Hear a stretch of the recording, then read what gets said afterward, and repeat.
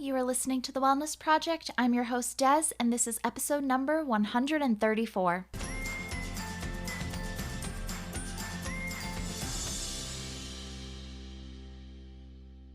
I would greatly appreciate it if you would head over to iTunes and Spotify and leave me a review. It really helps us to grow, so that would be much appreciated.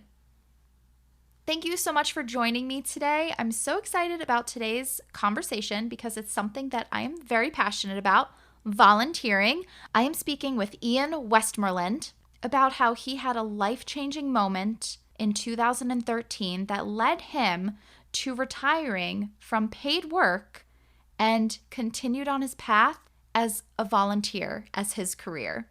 Ian is going to talk all about his experiences with volunteering and how they've made a great impact on his life.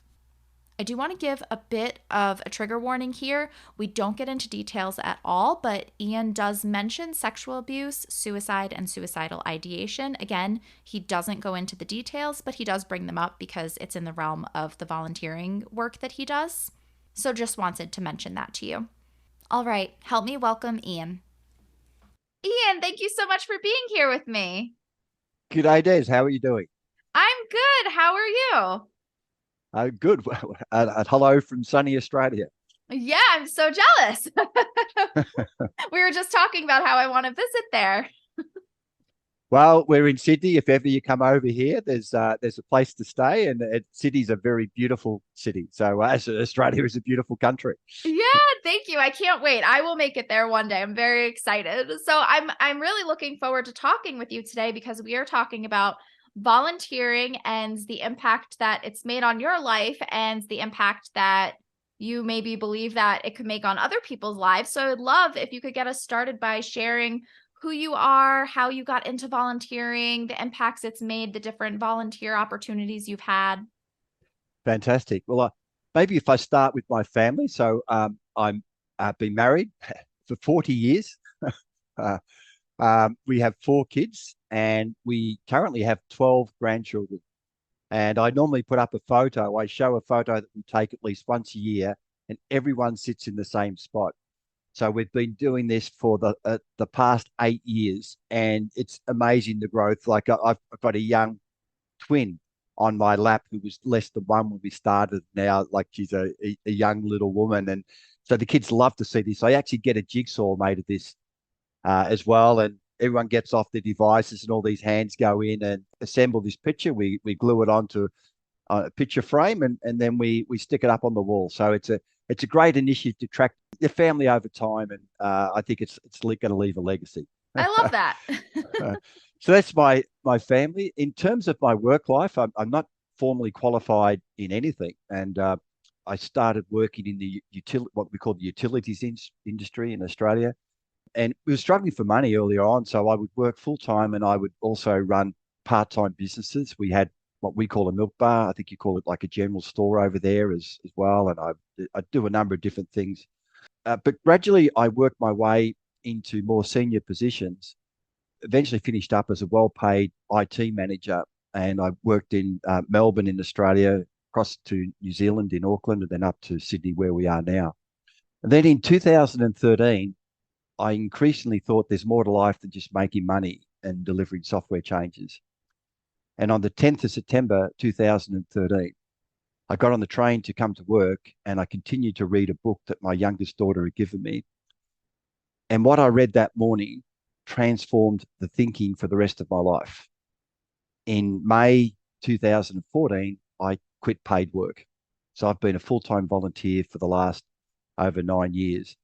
There's a number of things that happened on that journey which would take a lot longer, but coincidences, miracles, whatever that happened along that way. And one of the first things that happened, I felt led to get into mentoring young kids at high schools. So I did a training program for that. I loved it. And I mentored many kids at different schools at the same time. And then in addition to that, I found a program for mentoring kids in primary schools. So I trained for that, and I was doing that as well. And then I found we had a third program, a mentoring program for supporting families. And I became a coordinator for that. So I was quite busy with that and also looking after grandkids. And then in 2018, I was mentoring a young guy in one of the local Sydney high schools.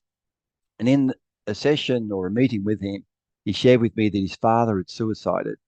His mum was an addict who was in and out of rehab. He was living with his grandparents, which he hated. And then he just turned, looked me in the eyes, and he started crying. And he said, Ian, help me. What can you do? As part of that program, you can debrief with a counsellor. So I debriefed after the session had finished. And I told her the situation, like it's all confidential other than what you share with the counsellor. And I told her the situation thinking she would give me some advice. And she said, Ian, are you okay? And I just started crying myself over this situation. And for a couple of months, I was just unusually flat. And I didn't realize why. Then I realized it was over this situation. And I realized that I wanted to have a mentor. And I should explain, we call it life mentoring. For many people in business, there's business mentoring where someone with acquired skills, knowledge, experience, guides, directs, advises someone else. That's not what I'm talking about. Life mentoring is predominantly listening. It's supporting and encouraging. People aren't broken. They don't need fixing. They don't need telling what to do. They just need to be validated. They need to be listened to. So I looked around for the nearest life mentoring program for men, and I couldn't find one. As a demographic in Australia, I assume it'd be across the Western world, men struggle more than most other demographics. Our suicide rate is much higher. We struggle with our vulnerability. We struggle with emotions. So I looked around, couldn't find anything. And it motivated me to write a proposal to establish an organisation to fulfill this need. And then one of these coincidences, things happened. Within a couple of weeks of writing that proposal, I was invited to attend an event at a local community hall put on by an organisation called Lifeline. Lifeline is like an emergency service for people who are struggling, potentially suicide ideation. So Lifeline had partnered with our local federal government member to promote a suicide prevention course. And our federal government member got up and made a speech about the suicide of his father over 20 years ago and how he missed the signs, the family missed the signs. And his objective was to have representatives from every community group within his electorate to attend this course, ideally then to help prevent suicide, see the signs. His speech had a huge impact on me. And look, I don't know why. I actually took my proposal to establish the men's mentoring organisation along to that. And I made a beeline for him as soon as he'd finished. And I told him how much his speech had impacted me. And I said, but where was the support that could have helped prevent your father getting to the point of suicide?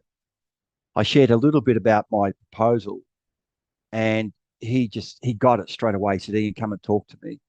So I went, met him in his office, told him about this proposal, which we're now calling Mentoring Men. He agreed to sign on as the ambassador. In fact, he officially launched our program in November 2018. And after a slow start, the program has just boomed. So it's thousands of men in Australia got engaged in the program. It's free. We train up volunteer mentors like me through our own mentor training course and through suicide prevention. And then they're carefully matched to another bloke, we call men blokes in Australia, who's going through life challenges. It could be like job loss or relationship breakdown, loneliness or isolation. And it's a long-term one-to-one mentoring relationship. And we're seeing great success in terms of doing that. At the end of 2021, we had sufficient financial resources that I could step aside as CEO, as general dog's body doing everything. And there's now a dedicated team of over 10 people who are paid who run this. So I should stress everything I've done in the last 9 years has been as a volunteer. So I'm now an enthusiastic ambassador for the program I founded, but I'm now moved on to other things. I should add, and this may be of interest to people looking at doing this, I totally underestimated how much work was involved in this stuff. And it's good to go in. Maybe it's like childbirth. If you get the pain and then you go through it again. But so it was like 7 days a week. Anyway, so when I stepped aside, that freed up a bit of time, and I thought I'm going to start my second and probably last passion project. It's got an unusual name. It's called Kintsugi Heroes. Kintsugi is a Japanese word, and the legend is there was an emperor who had some valuable pottery. For your listeners, I'm holding up my $2 coffee cup, but over time it chipped and cracked and showed signs of wear and tear. He said to the craftsmen, fix it, make it like it was brand new, and they couldn't do it. But what they could do was highlight the damage and do repairs using a precious metal like gold. And now when you look at it, the pottery is far more valuable, far more beautiful than what it was before. And we see that as a metaphor for the, dare I say, the Desirees or the Ians and the experiences we go through. We actually reframe how we see those experiences. It actually builds up our resilience. It builds up our value to support other people in the community. The Kintsugi Heroes, we use the science of storytelling to provide hope and inspiration to people who are experiencing life challenges. We cover things like abuse, grief, addiction, disability, mental illness. In fact, we're just in the process of finishing a project where we captured the stories of people impacted by the Black Summer bushfires in the Alpine area of Victoria. And there's a huge amount of unresolved trauma down there, particularly amongst men. Suicide rates increased. People, mainly men, refused to even talk about the event, acknowledge the event. And we had a trauma expert psychologist speak at we launched our podcast recently. And one of the things he talked about, which really stuck in my mind, he said, the 2 to 5 year period after the traumatic event, things start to unravel, which people don't directly relate to the traumatic event. Relationships fall apart, addictions develop, suicide ideation increases. And I've seen firsthand that sort of stuff happening, and it is related to the traumatic event. So Des, that's it. That's I've taken you from the unqualified worker, life changing moment, and to the point where I'm incredibly passionate and have founded two not for profit organisations and been a full time volunteer for the last 9 years.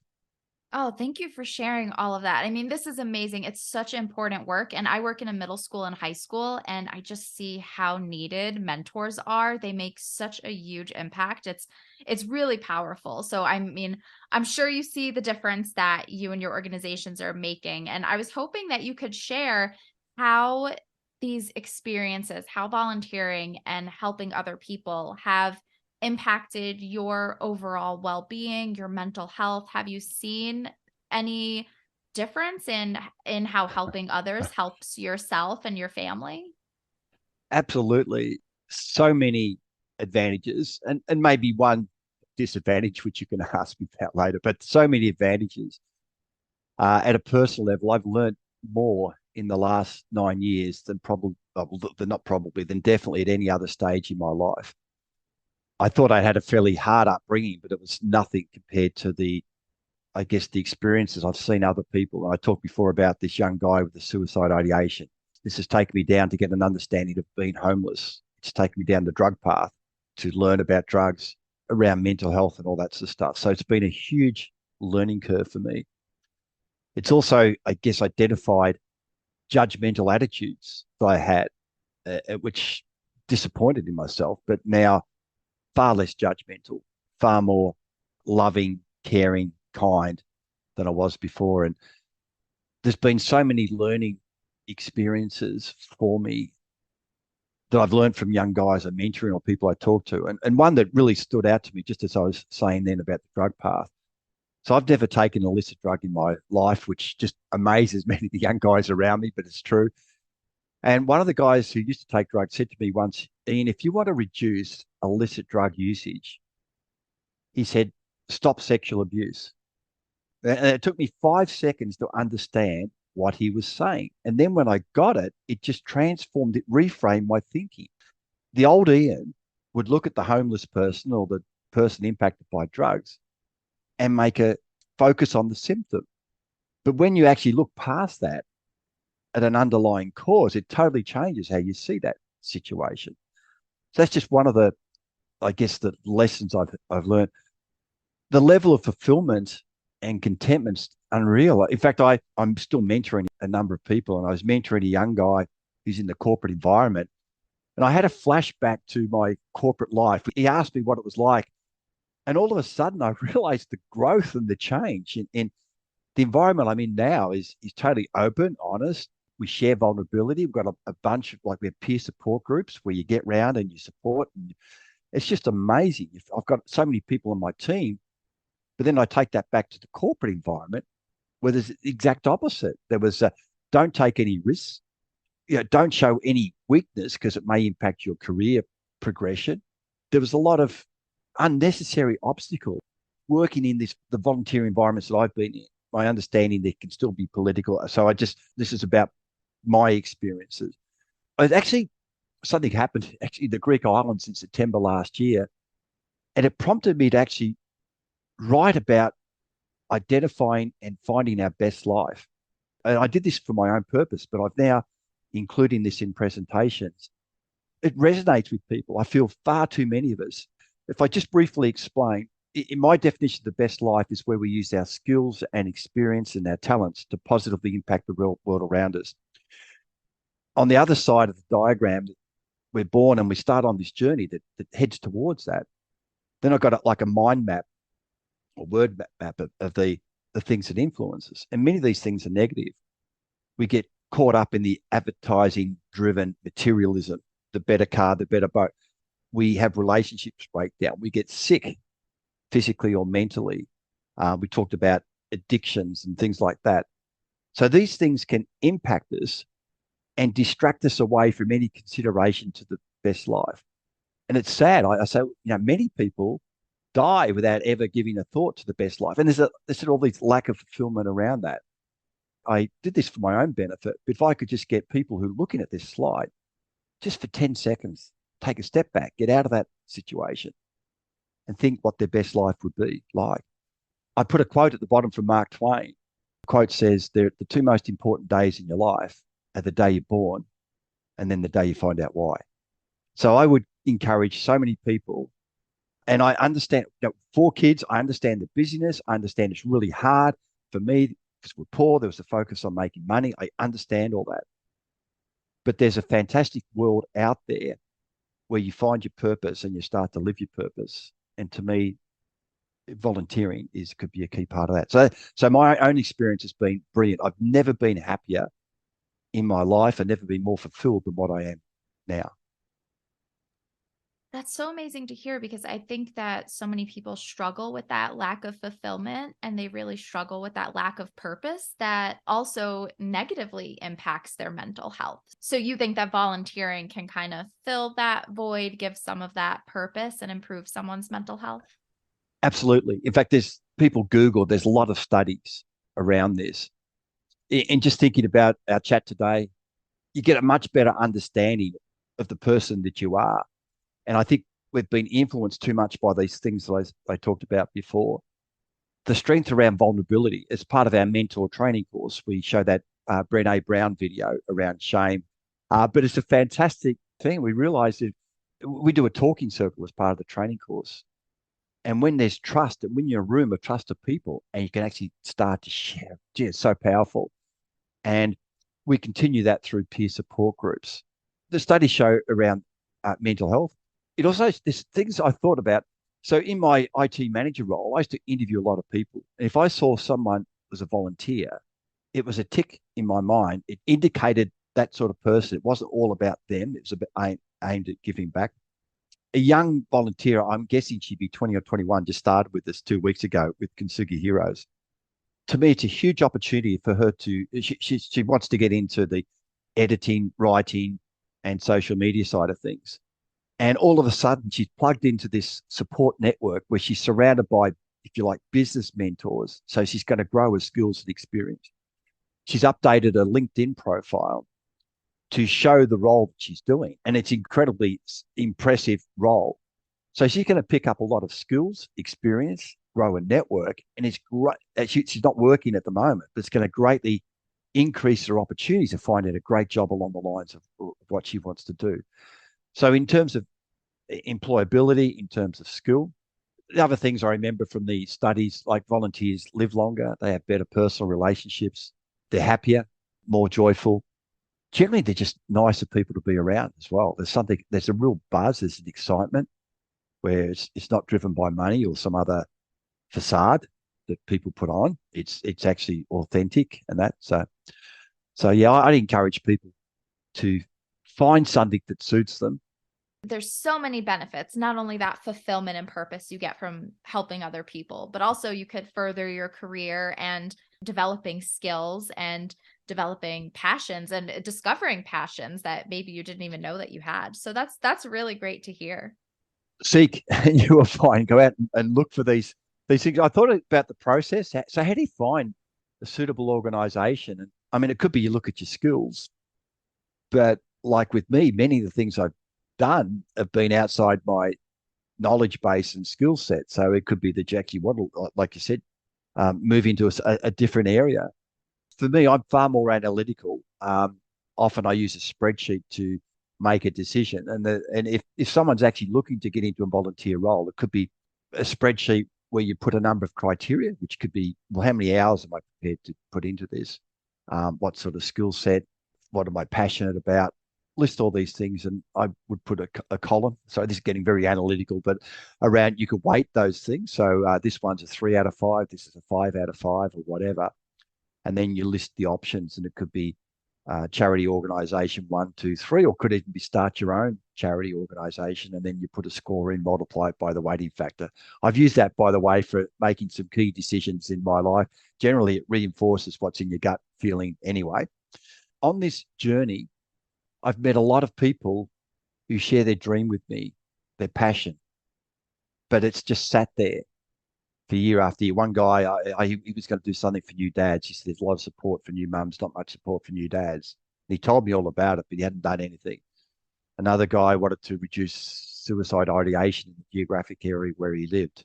He had an A4 sheet of paper, but hadn't done anything.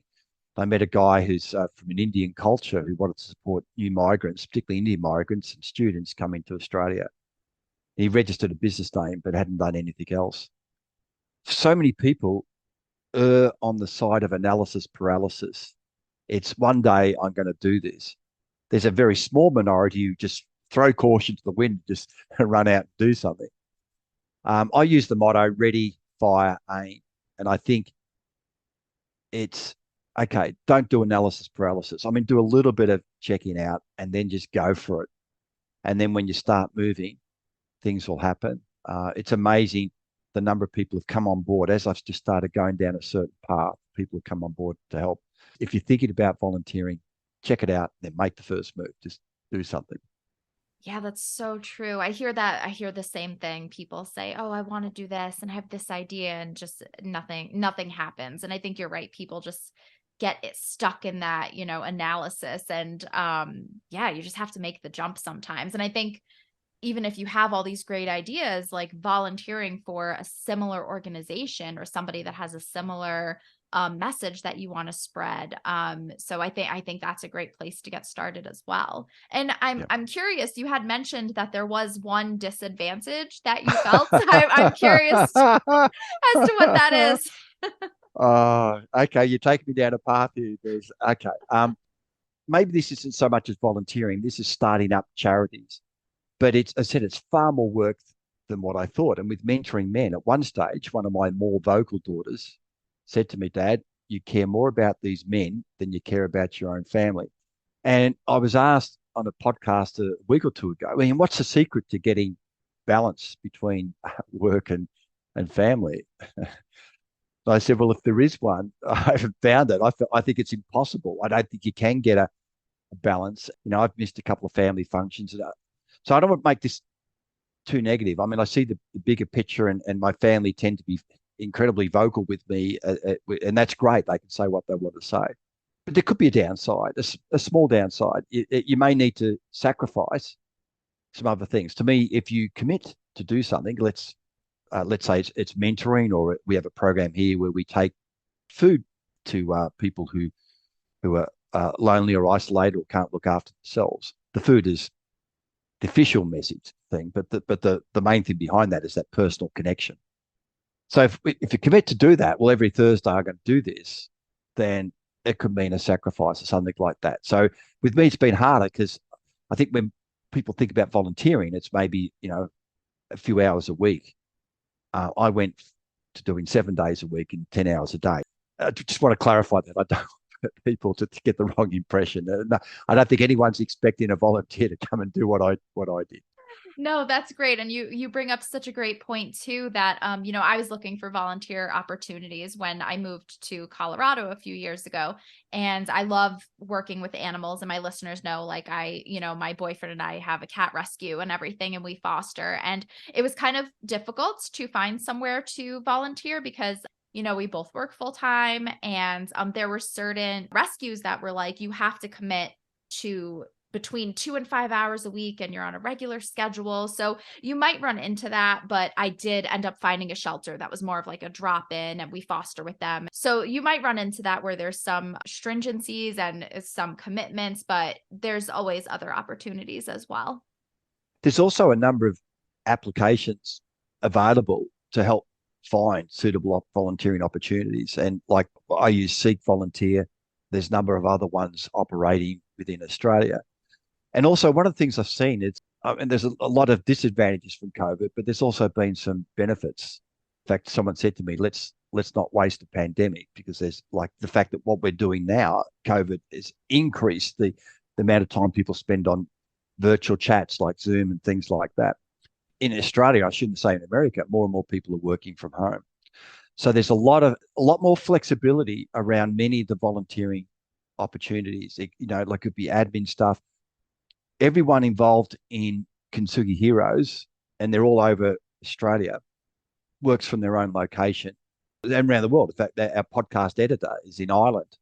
Yeah, there's a lot more flexibility with this, many opportunities where you don't need to be face to face and there at certain times. So Yeah, that's a good great job. point. Yeah, and I know there's some programs where you would read to children online, and there's, teach children English in another country. So there's lots of opportunities, like you mentioned, lots of virtual opportunities too. So I have one more question that I was curious about as well, if you feel comfortable sharing. What was that book that you were reading that your daughter had given you? So I get asked this a lot. So I want to preface this by saying everything I do with it's all secular. I don't care what people's backgrounds, beliefs, or whatever. Me, I'm Christian, and the book I read is Sun Stand Still by American pastor Steve Furtick. But what really got my attention, what I read that day, I guess, queried the meaning of life for Christians. And what he wrote, we feel like we're doing our part as long as we live decent lives. We feel like we live, as long as we live decent lives, stay out of trouble, tick, pay taxes, tick, have babies, tick, make a living, tick, buy a boat, even at a boat, tick. And then it said, hit age 59 and a half, collect retirement, die. I was born on the 10th of March, 1954. I was 59 and a half to the day that I read that. Now, why would an author say 59 and a half? Do you retire at 59 and a half in America? Because certainly not here. And that was the first of a number of different things that happened to me. And I just feel this is my purpose. And it's reinforced again and again and again and again along the way. So that's why it had such an impact on me. And within 2 or 3 days of reading that, the next thing happened. And then the next, and I talked before about meeting the federal MP at the local community event. So all the way along this line, these things just keep happening that reinforce it. Well, that's great. Thank you for sharing that. And Ian, this has been so amazing. Do you have any last words of advice or wisdom for our listeners today? Is it just do it? What's the sport? Already fire aim or whatever. Just take the step out. You'd be amazed. Come back to your best life. Take a step back from how your life is at the moment. Think about what would your best life be? What sort of things would give you genuine contentment and fulfillment? What sort of things could you do that utilize your skills and experience to positively impact the world around us? As Mark Twain said, find the second most important day in your life at the reason that you were born. Oh, I love that. Ian, this has been so amazing. Thank you so much for being here today. And I would love it if you could share where our listeners could find you. You can contact me via email at ian@kintsugiheroes.com.au. The programs are two charities are Mentoring Men, or one word, mentoringmen.org.au, and kintsugiheroes.com.au. Yeah, we would welcome any suggestions, feedback. Desiree, thank you so much for the opportunity to chat to you and for you to listen to what I've got to say. And hopefully, this is going to help some people out there. Oh, absolutely. This was amazing. And everyone, I'm going to have all of Ian's links in the show notes. So definitely go check him out. Thank you again, Ian. Thanks, Desiree. Ian, thank you so much for coming on and sharing your story. It is absolutely inspiring. It's so powerful. I love to see the work that you're doing and the difference that you're making, and how helping other people has greatly impacted your life and gave you that fulfillment and purpose that so many of us are searching for. If you all want to read about this further, I do have a blog on my website all about volunteering and the impacts that it could have on your mental and physical health and your overall well being. I'm going to link that blog in the show notes, so definitely go check that out and read that. And don't forget that every episode of The Wellness Project has an episode page full of all of these links at accordingtodez.com/134. You will find all of the episode links, you will find a detailed blog, and you will find all of Ian's links so that you can go check him out. While you're at it, become a part of my Facebook community. I'm in there every day with more mental health content. And I'm so excited to announce that back in July, I did launch my online Etsy shop. You can find all products like t-shirts and tank tops and hoodies and mugs and notebooks and postcards and greeting cards, all that good stuff with all positive messages on it, all things about mental health and wellness. I'm really excited because I really wanted to have a positivity wellness store. And if you know me at all, you know that I'm obsessed with cats. I'm a crazy cat lady, so there are a lot of cat themed things in there. But there's other animals there too. I am taking custom orders, so feel free to message me if you would like something custom or a custom phrase or a custom design. So just let me know about that and I will put it up in the shop. Thanks so much for being with me here today. I hope that you have a calm and peaceful 2 weeks. I will see you then with another amazing guest.